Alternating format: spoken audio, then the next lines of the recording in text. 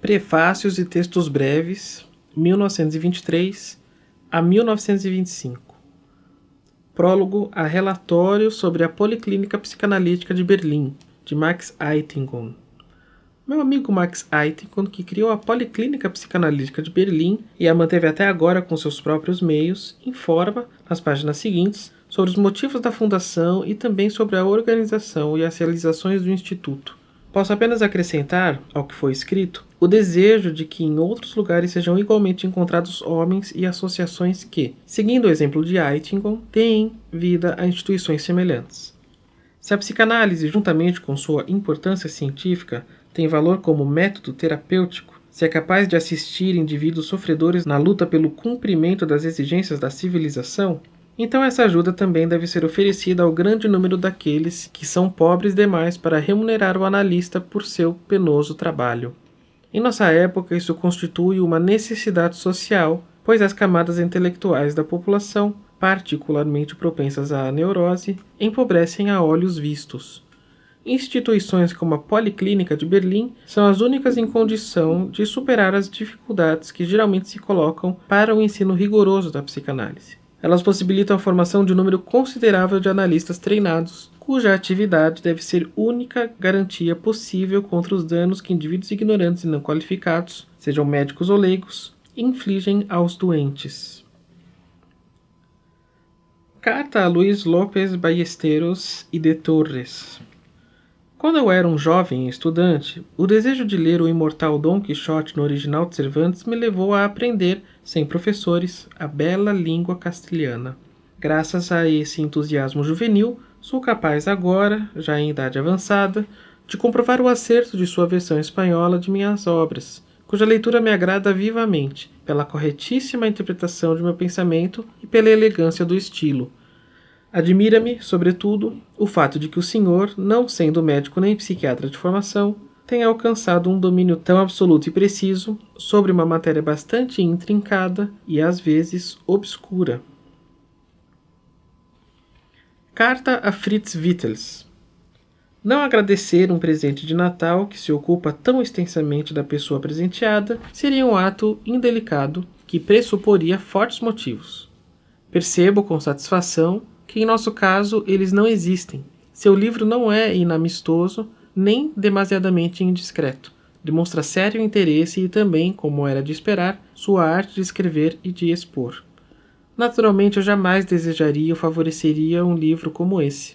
Parece-me que o público não tem nenhum direito sobre minha pessoa e nem pode aprender algo com ela, desde que meu caso, por motivos diversos, não pode ser tornado inteiramente claro. O senhor pensa de outra forma, e assim pôde escrever esse livro. Sua distância pessoal em relação a mim, que o senhor avalia como pura vantagem, tem também grandes desvantagens. O senhor sabe pouco sobre seu objeto de estudo, e por isso não pode evitar o risco de tratá-lo grosseiramente.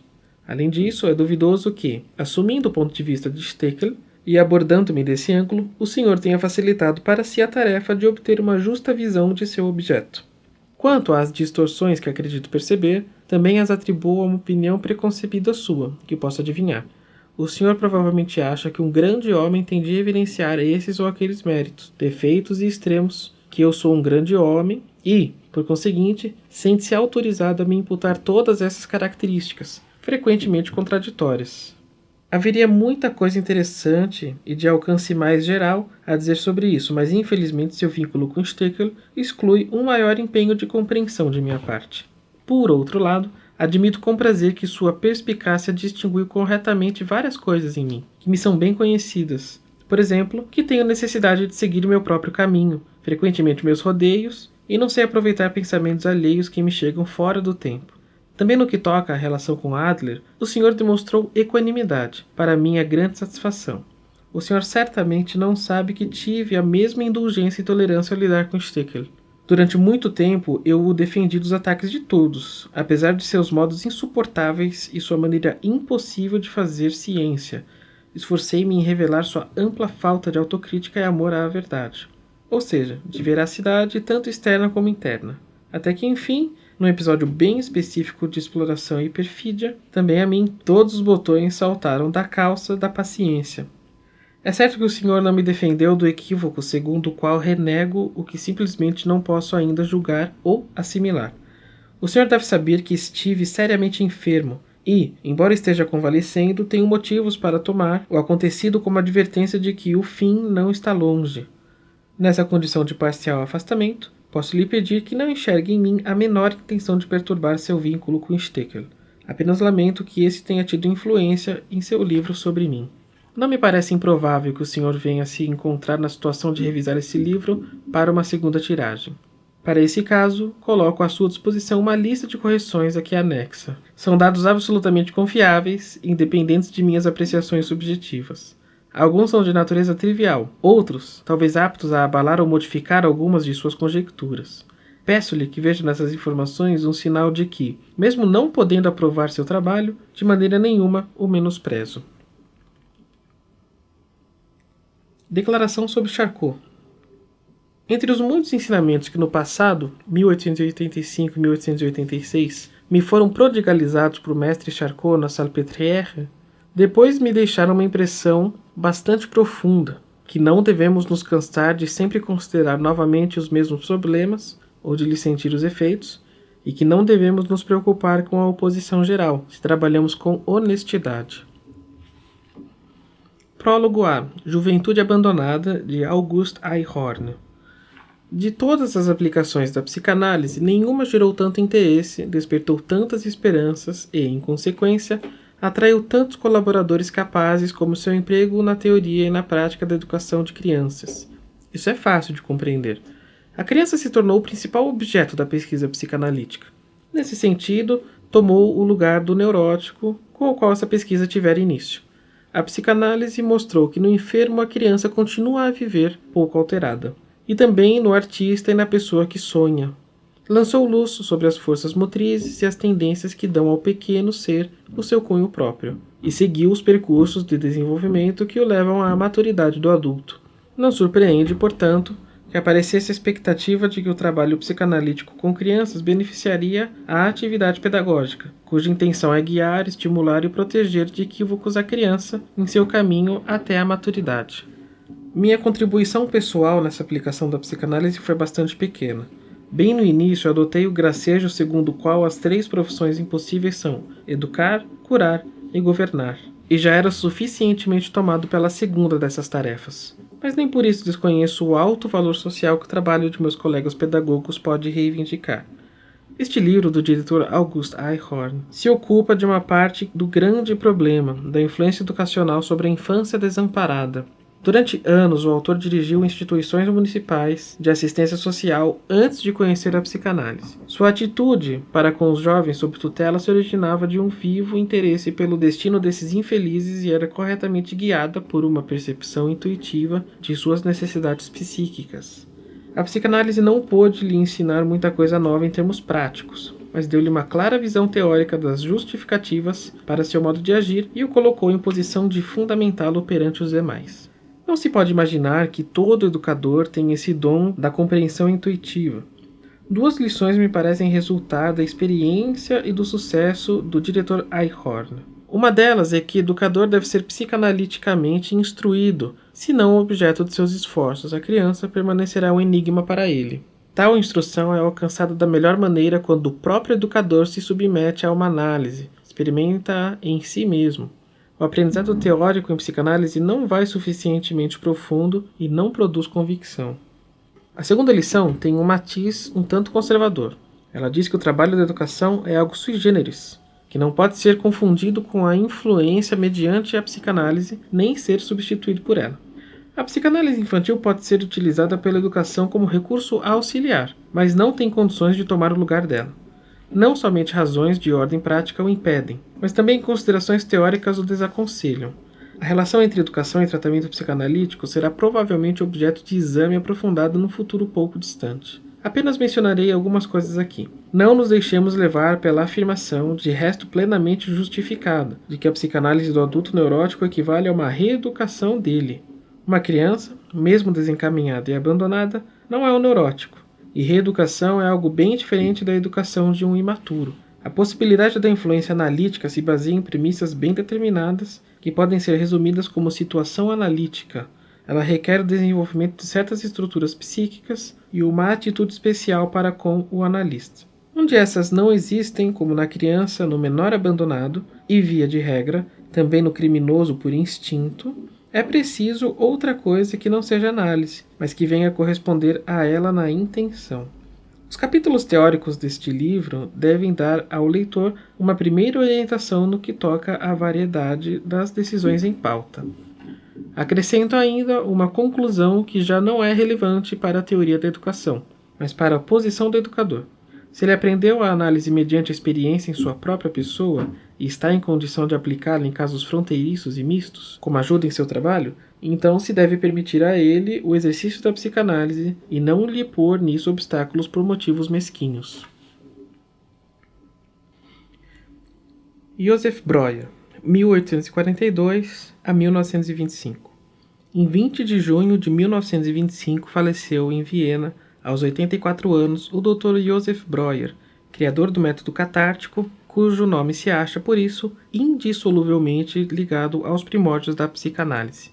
Breuer foi médico internista, aluno do clínico Oppolzer. Na juventude, ele desenvolveu trabalho com Ewald Hering acerca da fisiologia da respiração. Mais tarde, nos poucos momentos de folga de uma extensa prática médica, fez bem-sucedidos experimentos sobre a função do aparelho vestibular em animais. Nada em sua formação podia criar a expectativa de que ele teria a primeira compreensão decisiva do velho enigma da neurose histérica e daria uma contribuição de perene valor ao conhecimento da psique humana. Mas ele era um homem de rico e universal talento e seus interesses se estendiam muito mais de sua atividade profissional. Foi em 1880 que o acaso levou ao seu encontro uma paciente especial, uma jovem de inteligência extraordinária que adoecera de uma grave histeria enquanto cuidava do pai enfermo. O que ele realizou nesse primeiro caso, a imensa dedicação e paciência com que ele empregou a técnica inventada até que a paciente se livrasse de todos os seus incompreensíveis sintomas. Isso o mundo soube apenas 14 anos depois, em nossa publicação conjunta, Estudos sobre a Histeria, de 1895.